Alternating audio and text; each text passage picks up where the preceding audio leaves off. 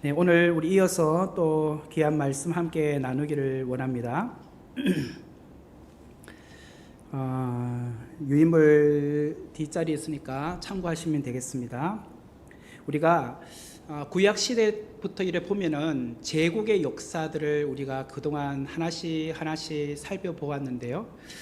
조금 다시 정리를 해 보도록 하겠습니다. 자막을 보시면은 바벨론 제국은 BC 612년부터 539년까지 유지가 되었던 나라입니다. 우리가 잘 아는 느부갓네살 왕, 그때에 남유다가 바벨론에 의해 멸망을 당하게 되죠. 그런데 이 바벨론 제국 때에 자막 나옵니까? 안 나오죠? 예? 한 번 더 꼽을까요? 네네.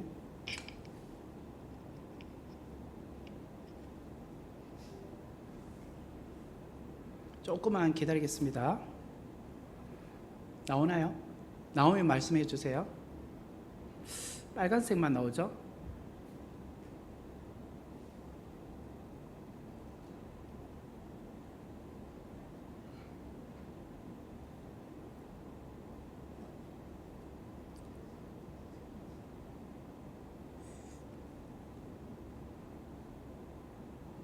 다시 해볼까?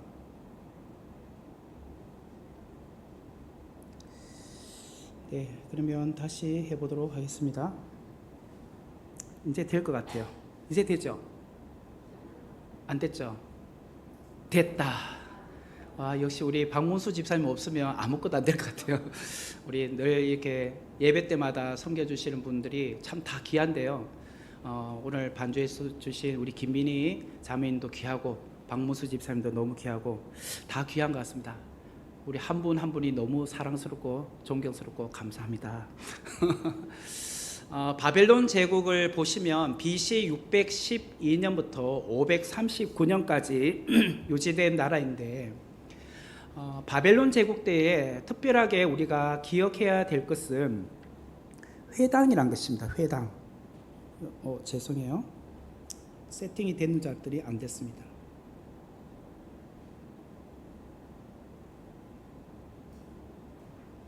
여기 보면 회당이 있습니다. 회당. 여러분 회당이 뭐죠?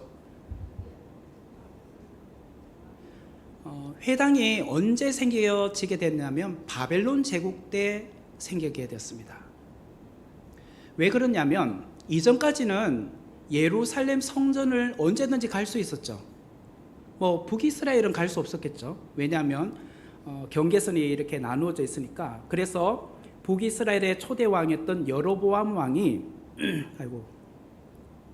여로보암 왕이 남쪽 경계인 베델과 북쪽 경계인 단에다가 그 제단을 만들었죠. 그리고 거기다 금송아지를 만들어 놓고 남유다인 예루살렘까지 가지 마라. 이곳에서 너희들이 제사 드리라. 라고 해서 사실은 남유다와 북이스라엘이 나누어지면서 북이스라엘 사람들은 예루살렘 갈 수는 없었어요. 하지만 기본적으로는 예루살렘에는 솔로몬 성전이 있었습니다.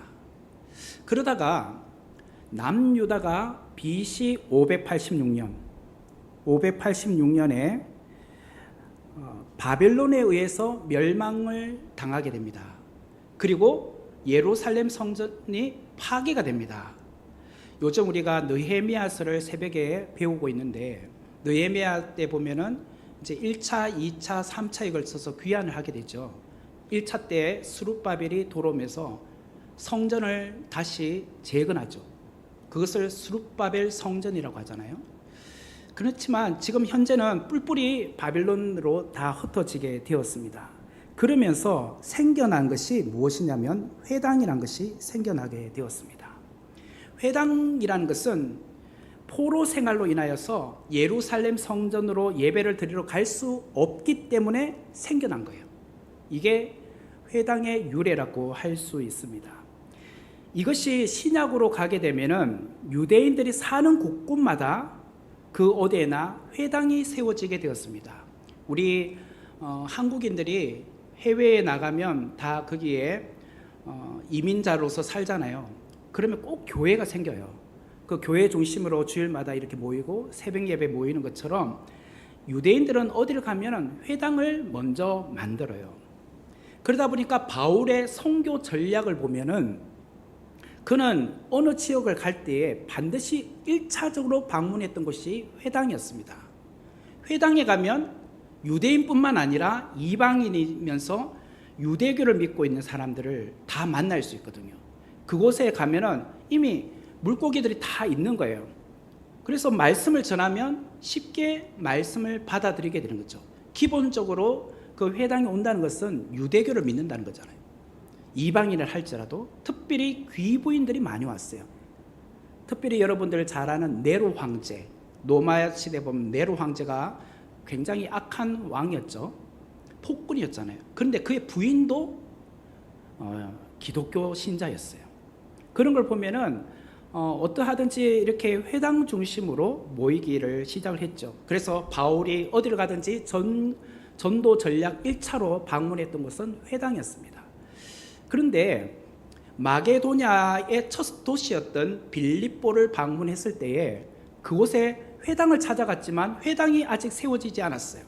그러면 왜 회당이 세워지지 않았느냐? 기본적으로 남자 유대인이 10명이 모여야지만 회당이 구성이 됩니다. 이게 기본 구성 요소예요. 유대인 남자 10명이 있어야지만 회당이 세워진다는 거예요. 아무리 여자가 많아도 되지 않아요. 그게 이방인이 아무리 많아도 안 돼요. 유대인 남자 10명이에요. 이게 기본 세팅이에요. 그래서 빌립보에 갔더니 유대인 남자 10명이 없다는 거예요. 그 지역에는. 그래서 그 다음 장소로 간 곳이 강가입니다. 그래서 우리가 구약에 보면 메소포타미아 지역으로 바벨론, 아수르로 제국으로 이제 뿔뿔이 흩어지게 되었잖아요. 유대인들이 그곳에 가서 예배를 드릴 수 없기 때문에 회당을 세우거나 아니면 강가. 그래서 우리가 잘 아는 그발 강가라는 이야기를 들어봤죠. 거기에서 함께 예배드리고 했던 장면들을 우리가 구약에서 보게 되죠. 마찬가지로 이제 빌립보에 와서 강가를 갔더니 여인들이 함께 모여 그날 안식일에 예배를 드리고 있다는 거예요. 찬양 드리고 기도하고 있다는 거죠. 거기서 만난 여인이 우리가 잘 아는 자색 옷감 장사 루디아였습니다. 그 루디아를 전도해서 예수 믿게 한 이야기가 나오죠. 그래서 기본적으로 우리가 알아야 될 것은 회당을 먼저 찾아가거나 그 지역에 회당이 없을 때는 강가를 간다. 회당의 주요한 임무는 예배드린 겁니다. 그런데 제사를 드릴 수는 없습니다. 이제 제사를 드릴 수 없는 거예요. 왜?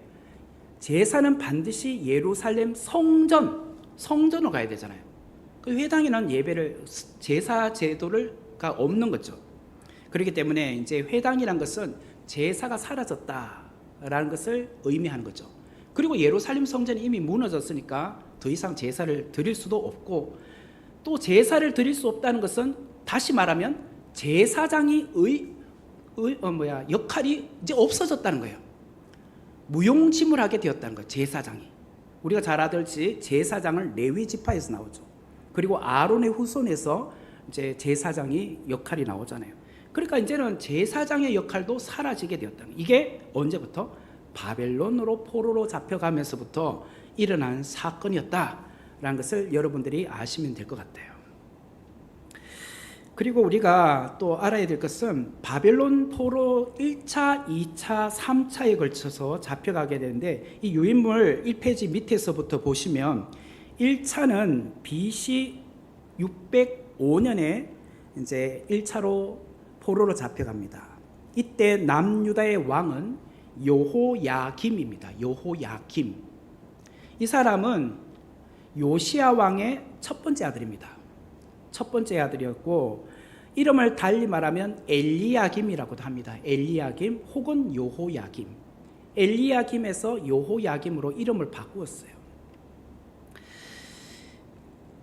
그때 누가 잡혀갔느냐? 다니엘과 그의 세 친구 사드락과 메삭과 아벳느고가 잡혀갔는데 왕족과 귀족의 자제들을 끌고 가게 됩니다. 그리고 그때 성전의 기구들을 함께 약탈해 가죠.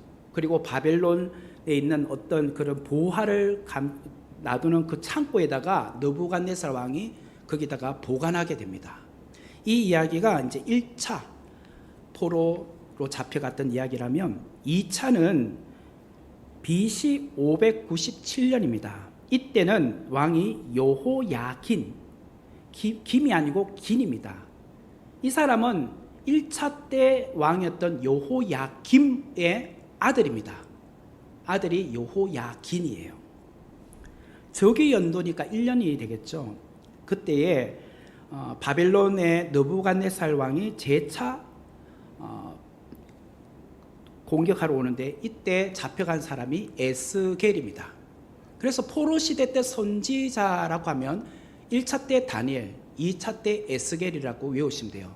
다 겔겔거린다. 다니엘, 에스겔, 겔겔 이렇게 외우시면 돼요. 다니엘, 에스겔은 포로 시대 때 1차 때는 다니엘, 2차 때는 에스겔이 잡혀갔다. 3차 때는 BC 586년입니다. 남유다의 마지막 왕이었던 시드기야 왕 11년째. 그때 시드기야가 아들이 죽는 것을 본 이후에 눈이 뽑힙니다. 눈이 뽑히고 쇠사슬에 묶인 채로 바벨론으로 끌려갑니다. 그리고 예루살렘 성벽도 무너지고 집집마다 집들이 다 불에 타게 됩니다. 이게 3차. 완전히 이제 예루살렘이 파괴가 됐죠. 그 이후에 이제 바벨론 제국이 BC 539년에 바사 제국, 페르시아 제국에 의해서 망하죠. 무너지죠. 그때 바사 제국의 왕이 고레스였습니다. 그래서 고레스가 딱 바벨론 제국을 무너뜨리고 칙령을 내립니다. 페르시아 제국 안에 있는 많은 속국들에게 너희들 원한다면 너희들의 나라로 돌아갈 수 있다라는 칙령을 내렸어요. 그로 인하여서 바벨론 포로 귀환 역사를 보면 1차 537년 이때 고레스 왕 원년이라고 되어 있고 스룹바벨과 여호수아가 돌아오게 됩니다. 여기서 스룹바벨은 누구냐면 2차로 포로로 잡혀갔을 때의 왕이 남유다의 여호야기에다가 받침 니은 여호야긴이죠. 이 사람이 2차 때 바벨론 포로로 또 잡혀가요. 그 사람의 손자가 스룹바벨입니다. 그러니까 왕손이죠. 왕손으로서 스룹바벨이 총독이 되어서 1차 귀환을 하게 됩니다. 그리고 무너진 예루살렘 성전을 다시 재건하게 돼요. 그 성전을 스룹바벨 성전이라고 합니다. 스룹바벨 성전. 근데 솔로몬의 성전에 비하면 사실은 초라합니다. 그 옛날의 영광이 더 화려했다는 거예요. 그런 이야기도 우리가 학계 스가랴서에 보면 나옵니다. 그 옛날의 영광을 기억하는 사람들이 참 아쉬워하는 그런 이야기가 나와요. 2차 포로 귀환이 BC 458년입니다. 458년에 보면은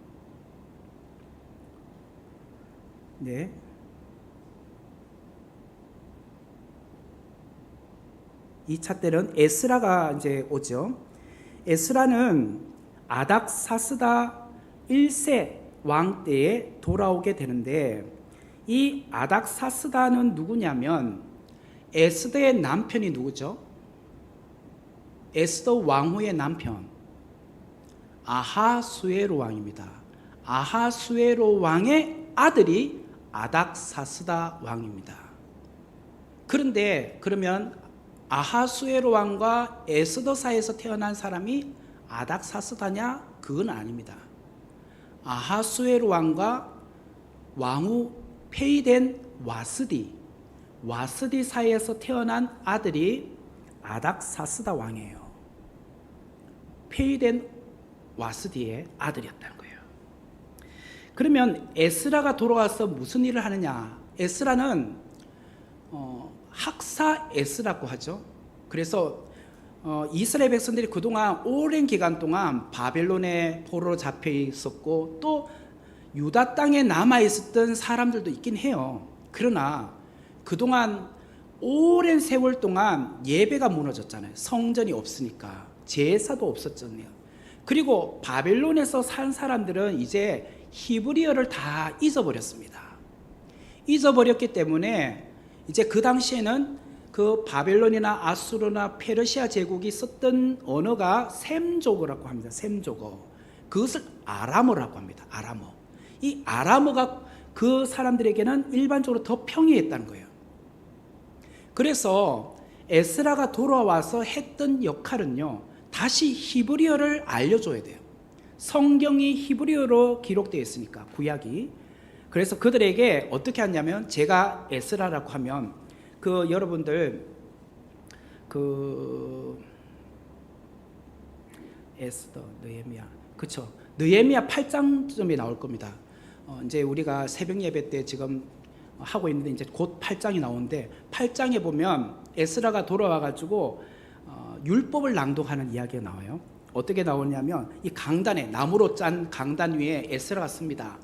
쓰면은 여기 이렇게 몇 명이 이렇게 씁니다. 그리고 또 중간쯤에도 이렇게 또 써요.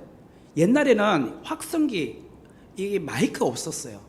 그럼 혼자서 아무리 여기서 크게 해도 저 멀리 있는 사람들한테는 똑똑하게 잘 안 들리는 거죠. 그렇기 때문에 중간에 그런 또 마이크 역할을 할 수 있는 사람을 세워놓은 거예요. 그런 사람들도 다 훈련된 사람들입니다. 율법을 잘 아는 사람. 그런데 문제는 이 사람들은 통역이 가능한 사람들이어야 됩니다. 제가 에스라란 말이에요. 에스라가 성경의 모세오경 중에 어떤 일부를 읽습니다. 그러면 히브리어로 읽어요. 히브리어로 읽으면 이 사람들은 그 말을 히브리어를 아니까 그것을 아람어로 번역합니다. 그렇게 크게 외치는 거예요. 그러면 또 뒤에 있는 사람은 또 그렇게 외치고 이렇게 해서 거의 온종일 이스라엘 사람들이 다 서서 그 율법을 듣는 겁니다. 그런 이야기가 느헤미야서 8장에 나와요. 굉장히 정말 어마어마한 일이 일어나고 있는 거예요. 그래서 그런 개혁이 일어나게 됩니다. 말씀에 대한 사모함, 회복이 일어나는 이야기가 나와요. 이것이 에스라가 돌아와서 하게 된 거죠. 이 내용이 에스라 7장부터 10장의 이야기에 나오죠.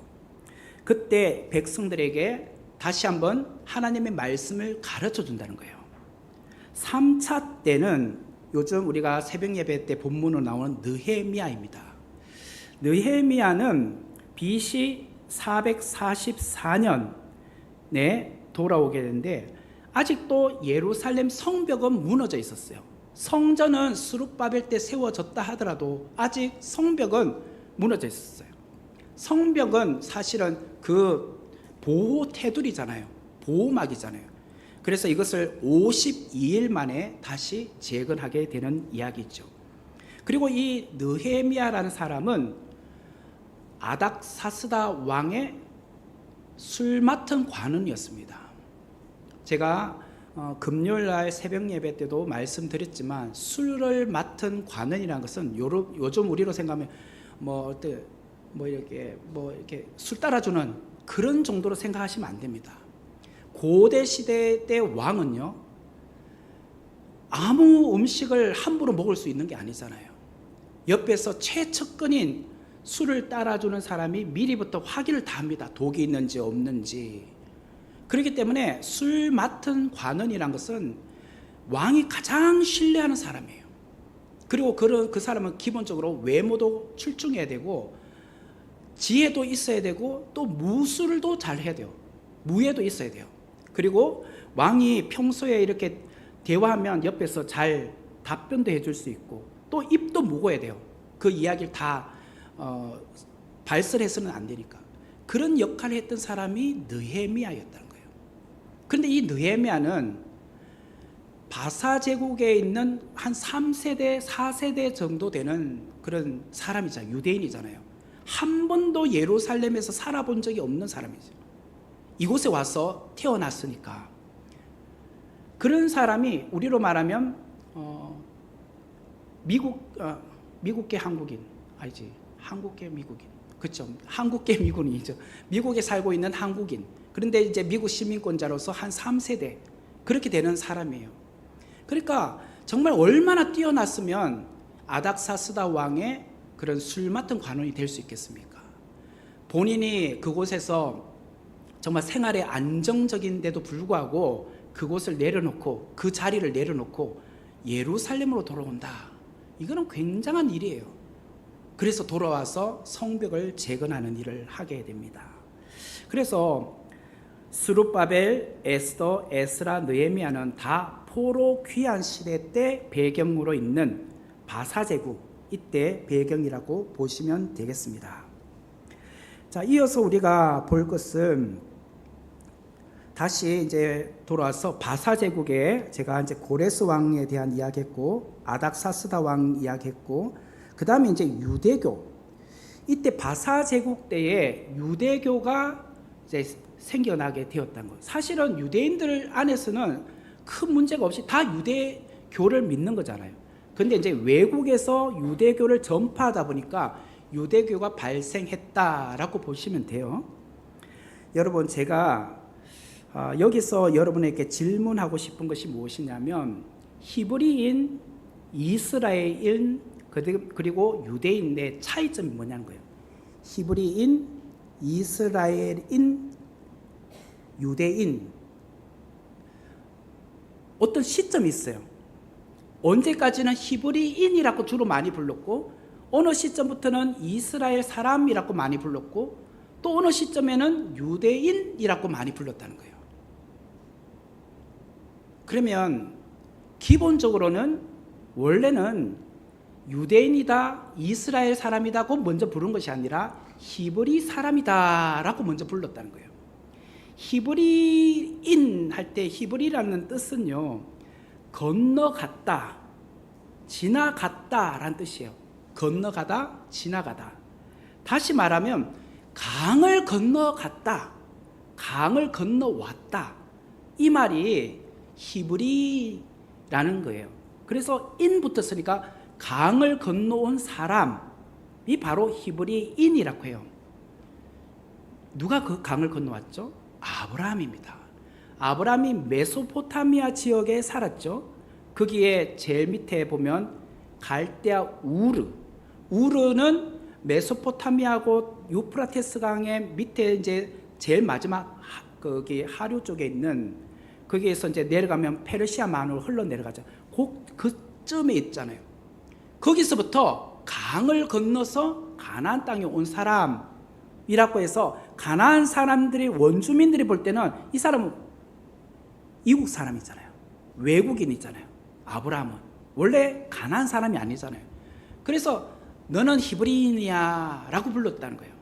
이 내용이 창세기 14장 13절에 보면 도망한 자가 와서 히브리 사람 아브라함에게 말했다.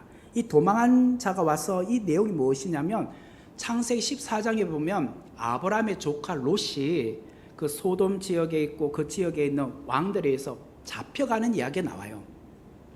그때 거기서 도망쳐 온 사람이 아브라함께 당신 조카가 잡혀갔어요 라고 알려줄 때에 히브리 사람 아브라함에게 말하러 왔다 라고 하는 것을 통해서 알 수 있어요.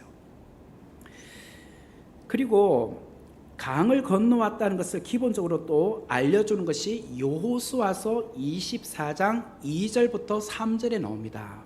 여호수아가 이렇게 말합니다. 여호수아서 24장은 여호수아서의 마지막 장이에요. 거기서 여호수아가 고별 설교 중에 무슨 이야기를 하느냐면 2절 말씀에 여호수아가 모든 백성에게 이르되 이스라엘의 하나님 여호와께서 이같이 말씀하시기를 옛적에 너희 조상들 곧 아브라함의 아버지 나홀의 아버지 데라가 강 저쪽에 거주하여 다른 신을 섬겼으나 내가 너희 조상 아브라함을 강 저쪽에서 이끌어내어 이 말이 히브리인이라는 뜻이에요. 강 저쪽에서 하나님께서 이끌어냈다는 거예요. 데라가 같이 왔죠. 그래서 어디로 가죠? 그 위쪽에 아나톨리아 지역인 하란 땅에 왔잖아요. 그곳에서 하란에서 죽죠. 죽고 나서 다시 하나님께서 두 번째로 아브라함에게 말씀하셨어요. 이게 창세기 12장 1절 이하입니다. 처음에는 아브라함에게 처음부터 이렇게 혼자 이렇게 말한 건 아니에요. 아브라함에게 1차적으로 말할 때는 데라와 아버지 데라와 조카 롯과 모든 일가 친척들을 데리고 같이 나와요. 나왔다가 그게 11장 마지막 부분에 나와요.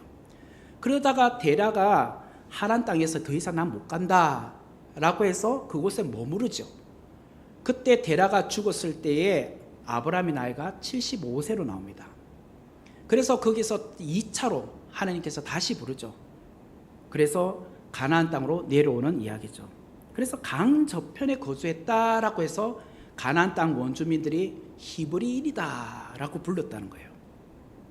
그러면 이스라엘이라는 단어는 언제부터 나오게 되느냐?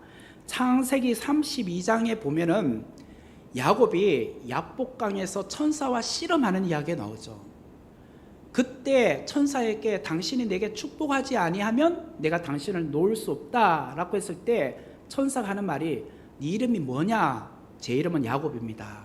속이는 자입니다 라는 뜻이잖아요. 그러자 하나님께서 너는 오늘부터 야곱이 아니라 이스라엘이라 부를 것이니 이는 네가 하나님과 및 사람들과 겨루어 이겼다. 그 뜻이 이스라엘이에요. 이때부터 이제 성경에 보면 어떨 때는 이스라엘이라는 말이 나오고 야곱이라는 말이 막 섞여서 나와요. 근데 기본적으로 여러분 성경을 꼼꼼하게 한번 읽어보세요. 창세기 이렇게 봐도 있잖아요. 어떨 때 이스라엘이라는 이름을 부르다가 어떨 때 야곱이라는 이름을 부르다가 그거 잘 보면요, 저 은혜로울 때는 이스라엘이라고 불러요. 하나님이. 그러니까 좀 영적으로 이렇게 깨어있거나 하나님 말씀에 순종할 때는 이스라엘이라고 불러줘요. 근데 옛 모습으로 다시 돌아가고 있을 때는 야곱이라고 불러요. 그 명확하게 그렇게 나와요. 이거는 학자들이 발견한 겁니다. 제가 발견한 게 아니라. 그 정도 되면 저는 학자였겠죠 벌써. 그래서 이름이 왔다 갔다 어떨 때는, 그리고 어떨 때 이렇게 불러요. 야곱이라 이스라엘이라. 뭐 이렇게 함께 부를 때도 있어요. 이렇게도 불러주고 저렇게도 불러주고 그럴 때도 있어요. 그러니까 기본적으로 이스라엘이란 이름은 창세기 32장부터 등장하기 시작한다. 근데 우리가 잘 알듯이 야곱에게는 12명의 아들이 태어나죠. 이 12명의 아들이 결국은 12지파가 됩니다. 그래서 12지파가 이스라엘 민족을 이루게 되죠. 창세기는 뭐 민족이라고 할 수 없죠. 한 70명의 형제 자손들이 애굽의 고센 땅으로 내려와서 살게 되니까 거기서 한 400년의 시간을 보내면서 인큐베이터 역할로 하나님께서 보호해 주다 보니까 인구가 증가하기 시작을 한 거죠. 그 증가를 바로가 무서워했잖아요. 두려워했잖아요. 그 증가된 것을 어떻게 하든지 막아보려고 히브리 산파를 시켜서 그거를 다 그냥 남자에 태어나면 죽이라고 했지만 그 히브리 산파들은 그 남자들을 안 죽이잖아요. 그래서 다시 바로가 내린 명은 남자가 태어나면 무조건 나일강에 버리라고 하죠. 그때 태어난 아이가 모세입니다. 그러니까 모세와 아론은 3살 차이거든요. 모세가 80살 때 아론이 83세로 나옵니다. 그러면 아론은 문제가 없었다는 것이에요. 아론은 태어났으니까. 그래 무슨 말이냐면 문제가 있었으면 아론부터 문제 있다고 성경에 나와야 되겠죠. 그러니까 아론이 태어날 때는 그런 바로가 그런 명을 내리지 않았다는 거예요. 나일강에 벌이라는 명이 내리기 전에 아론이 태어난 거예요. 그 이후에 자꾸 남자아이들이 많이 태어나고 있으니까 두려운 마음에 바로가 이제 모세가 태어날 쯤 고 임박했거나 아니면 고 1년, 2년 전으로 갈 수도 있겠죠. 이제 남자아이들 무조건 나일강에 버리라고 한 거예요. 그러니까 실제로 보면 모세 또래의 남자아이들은 없습니다. 그죠? 남자아이들은 다 나일강에 버렸으니까 죽었겠죠. 뭐. 그러니까 또래 남자들 없네요. 좀 아쉽다. 그죠? 같이 축구도 할 수 있을 건데. 어떻게 됐든 그런 상황이에요. 그래서 이제 출애굽할 때 이미 남자 장정만 60만 명이 되었어요. 어마어마한 이제 민족이 됐죠. 그래서 이제는 이스라엘, 민족, 백성이라는 단어로 계속 나오기 시작해요. 그런데 이 이스라엘이란 단어가 사실은 단일 왕국이 첫째 왕이 사울이고 두 번째 왕이 다윗이고 세 번째 왕이 솔로몬입니다. 솔로몬이 죽고 난 이후에 남과 북으로 나누어지죠. 그때가 몇 년이라고 했죠? 그쵸? BC 930년 9시 30분에 분방 공부한다 했잖아요. 그래서 북이스라엘 남유다로 가면서 북이스라엘은 몇 개 지파가 가죠? 10개의 지파가 갑니다. 그러다 보니까 많은 지파들이 북쪽으로 갔기 때문에 북왕국을 그래 우리 10개나 가니까 이스라엘의 이름을 그대로 갖고 가요. 그래서 분열 왕국부터는 이스라엘이라고 하면 기본적으로 여러분들은 북이스라엘을 말하는구나 하고 생각하시면 돼요. 성경을 읽다가 열왕기 상하 이렇게 읽고 역대 상하 읽다가 그냥 이스라엘이라고 말을 나오면요, 기본적으로 북이스라엘을 말하는구나, 북왕국을 말하는구나. 그냥 유다라고 하면 남유다를 말하는 거예요. 그렇게 이해하시면 돼요. 그러니까 그 전까지는 야곱의 12아들로서 12지파에 대한 이야기를 하다가 남북으로 나뉘면서 그냥 이스라엘이라고 하면 기본적인 것은 북이스라엘, 북자가 없어도 북이스라엘 이렇게 그냥 생각하시면 돼요. 그리고 이스라엘의 아합 왕이 이렇게 나오면 북자 안 붙었잖아요. 그런데도 이스라엘, 유다의 여호사밧 왕이 이렇게 나오죠. 남자를 안 붙이잖아요. 유다 왕 여호사밧이, 이스라엘 왕 아합이 이런 식으로 나오죠. 그래서 그렇게 이제 가다가 문제는 북이스라엘이 아수르에게, 남유다는 바벨론에게 멸망당하고 말아요. 그러다 보니까 이제는 북이스라엘 남유다란 말을 붙이기가 좀 애매모호하게 된 거예요. 그래서 그때부터는 흩어진 유대인들이라고 부르기 시작한 거예요. 유대인. 그리고 기본적으로 여기 북이스라엘 남유다로 가기 전까지만 해도 12지파가 완벽하게 구성되어 있었어요. 그러나 북이스라엘이 썼던 정책이 무엇이냐면 혼혈 정책이었습니다. 피를 섞어버렸어요.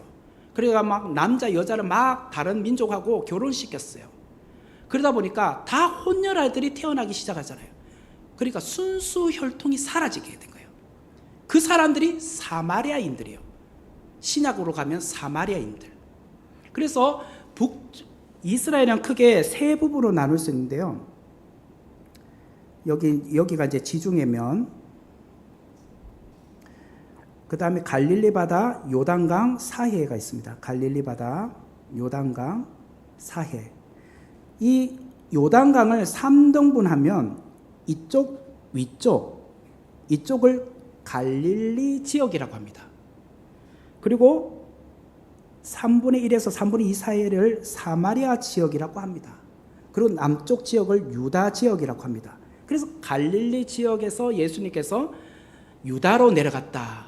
그래서 요한복음에 보면은 예수님께서 유다에서 사마리아를 통과하여야겠는지야 그렇게 말하죠. 갈릴리에서 유다로 갈 때 사마리아를 통과하여야겠는지라. 그 중간 지역에 있으니까. 그래서 북이스라엘의 사람들이 혼혈 정책을 쓴 이유 때문에 아수르가, 그래서 그 혼혈인들이 사마리아인이 되었어요. 자기들은 유대인이라고 하죠. 그런데 순수 혈통들이 인정을 안 하기 시작한 거죠. 그러면 순수 혈통들은 남유다 사람들만 순수 혈통이 된 거죠. 남유다는 2개 지파가 있죠. 어느 지파? 유다와 베냐민 지파. 그래서 유다가 메인이잖아요. 주류잖아요. 그리고 다윗이 유다 지파니까 그 사람들에게서 혈통으로 계속 왕이 나왔으니까, 그래서 남쪽을 그냥 유다라고 합니다. 나라를 유다. 북쪽은 10개 지파가, 많은 지파가 갔으니까 이스라엘이라고. 그래서 순수 혈통은 남유다만 남게 된 거예요. 이것이 신약으로 오면은 사실은 여러분 성경에 보면 나는 어느 지파다라는 말을 안 써요. 사람들이 이제는 유일하게 쓰는 사람은 2지파밖에 없어요. 베냐민 지파 사울, 유다 지파 예수님. 이 성경을 여러분 눈 씻고 보세요. 단 지파 난 누구다 이런 말 하는 사람 아무도 없어요. 왜? 이제 다 피가 섞였기 때문에. 심지어는 디모데 같은 경우도 헬라인 아빠와 유대인 엄마 사이에서 태어난 사람이잖아요. 그죠? 그의 외조모는 유대인이지만 그의 아버지는 또 헬라 사람이에요. 이런 걸 보면 이제 다 그냥 그런 포괄적으로 피가 섞여 있기 시작을 해요. 그래서 그 이후에 이렇게 흘러가면서 오늘날은 유대인이다 라고 이제 그냥 일반적으로 말한 거예요. 이스라엘이라고 하지 않고 유대인이다. 근데 유대인이라고 해도 사실은 이제 순수 혈통이 다 사라진 겁니다. AD 70년에 로마의 디도 장군에 의해서 완전히 예루살렘이 파괴됐습니다. 그때부터 1948년도까지 나라 없이 살아온 그 민족이 이스라엘입니다. 무려 2000년 가까이. 2000년 동안 나라 땅이 없어요. 그런데도 나는 유대인이라고 해요. 근데 이렇게 만나보면 어떤 사람은 백인이에요. 어떤 사람은 얼굴이 까무잡잡한 흑인 되어 있어요. 근데 자기가 유대인이래. 그래서 몇 대째는 모르겠지만 그 사람이 뭐 에티오피아로 가서 살면서 거기서 정착해서 살면서 뭐 거기에 있는 흑인하고 계속 결혼하고 살다가 보니까 흑인이 된 거죠. 그래서 이제는 무엇이라 부르냐면 에티오피아계 유대인이다 이렇게 부른 거예요. 그래서 유럽에 사는 사람 중에 루마니아 쪽에서 사는 사람은 나는 루마니아계 유대인이다 이렇게 부른 거예요. 그리고 미국에 사는 유대인들은 나는 미국계 유대인이다 이렇게 부르지 나는 므낫세 지파 유대인이다 이렇게 말하는 사람이 아무도 없어졌다는 거예요. 이거는 무엇이냐? 하나님 오늘날 혈통을 그렇게 중요하게 여기는 그들의 그런 그 민족성에 대해서 하나님께 다 깨버렸다는 거예요. 하나님은 오늘 모든 사람이 예수님을 주로 고백하는 자는 하나님의 자녀가 될 수 있는 거지, 만약에 순수 혈통을 강조하는 유대인이 아직 그대로 남아있다면 우리 같은 사람은 하나님의 자녀가 될 수 없었겠죠. 또 이게 이제 혈통을 이제 하나님께서 보지 않겠다는 뜻이고, 두 번째는 성전을 지금도 이스라엘은 짓고 싶어 해요. 그죠? 제4의 성전이 될까요? 첫 번째는 솔로몬 성전, 두 번째는 스룹바벨 성전, 세 번째는 헤롯 성전. 그 헤롯 성전을 제가 나중에 로마 때 제가 설명을 드리겠습니다. 그러다가 이제는 제4의 성전이라고 해야 될까요? 그걸 짓고 싶어 해요. 그러면은 백투 더 이스라엘, 이스라엘이 회복된다고 생각을 하죠. 그런데 하나님께서 성전에 제일 중요한 게 뭡니까? 지성소 안에 법궤가 있어야 되죠. 언약궤인 법궤.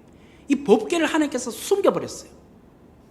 지금도 많은 유대인들이나 사람들이 법궤를 찾아다닙니다. 추측은 있죠. 어디쯤 있을 거라. 근데 아무리 뒤져봐도 법궤가 없어요. 어디로 사라졌는지 아무도 찾을 수 없어요.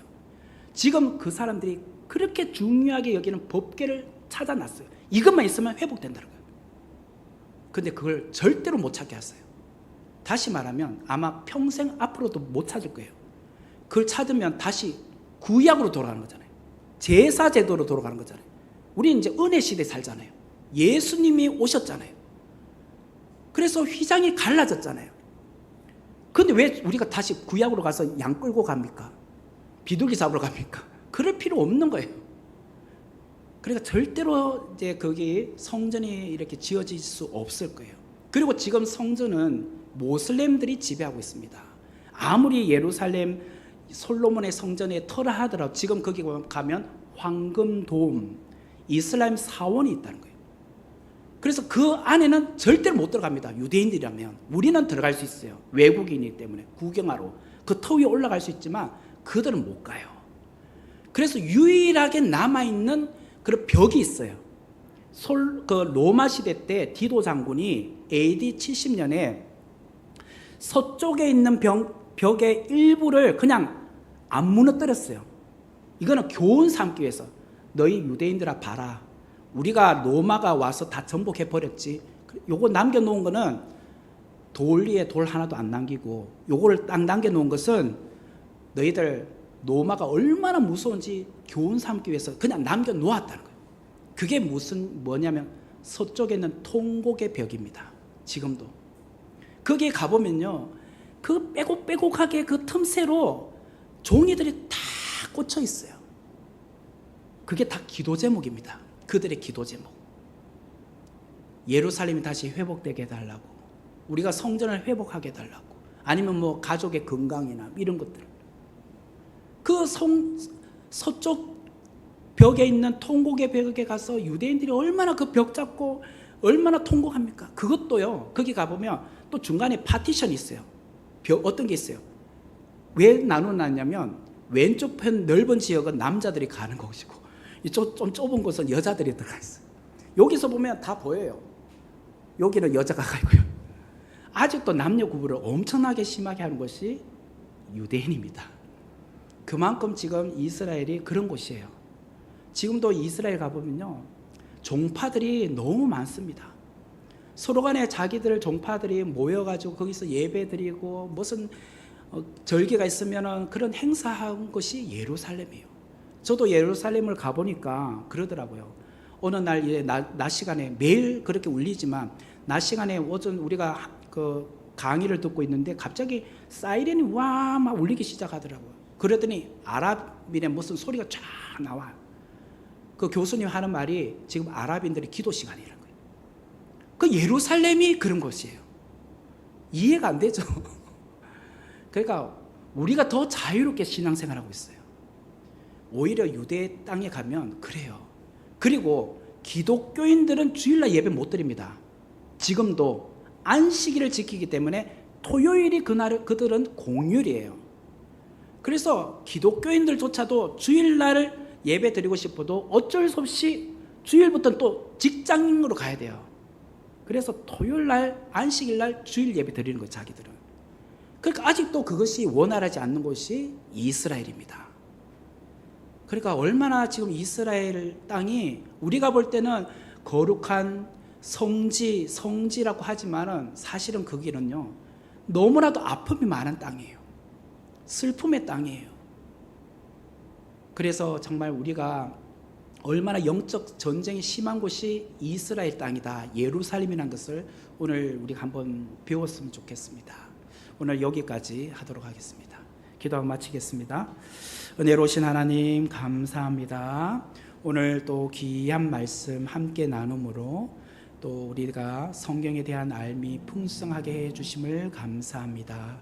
또 저희들이 정말 말씀 안에 더 굳게 서서 은혜의 말씀을 더 사모하며 또 한 주간을 직장과 가정에서 승리할 수 있게 하여 주옵소서. 예수님의 이름으로 기도합니다. 아멘.